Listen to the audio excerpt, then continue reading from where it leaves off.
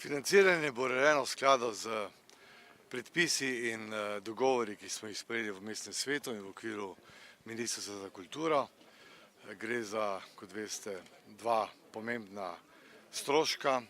Eden, ki je financiran s strani Evropske prestolnice in mesta, gre za približno 20 milijonov za umetnostno galerijo.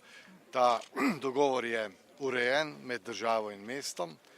Drugi je seveda vprašanje najema, ki ga upravlja ZIM, ki bo stal nekaj čez 16 milijonov evrov, če se ne motim, in skozi ta najem bo seveda Mestna občina Maribor letno pokrivala sredstva tega najema.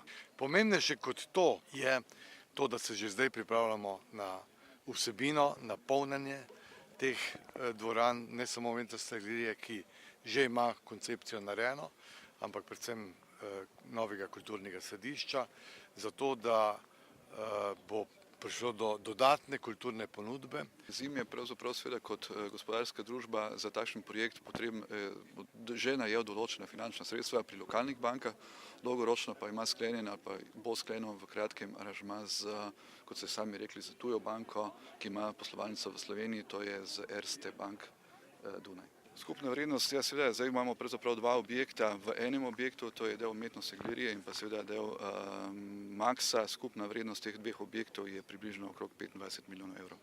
Časovnica je še vedno tista, ki smo si zastavili na začetku te gradnje, kot sem že povedal, pravzaprav je ta sklep mestnega sveta premaknil sam operativni začetek del v mesec oktober. Mi računamo, da seveda z maksimalnim angažiranjem in seveda urejevanjem medsebojnih odnosov in pa tudi optimizacijo gradnje so realni roki še vedno tam konec meseca julija 2012. V resnici gre za neko materializacijo te ideje in upam samo, da bo izvedena v roku in dovolj hitro, kajti mi smo pripravljeni s programom.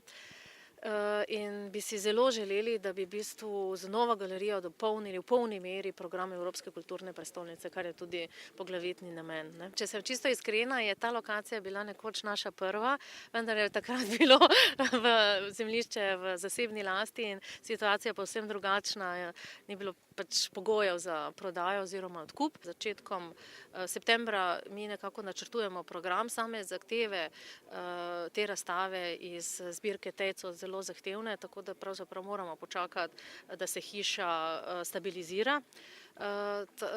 In mislim, da je tovrstna razstava evropske umetnosti pravi odgovor na začrtane smernice Evropske kulturne prestolnice, pa tudi v smislu nove podobe mesta, ki postaja kulturno, torej neko središče ali pa neka nova turistična destinacija.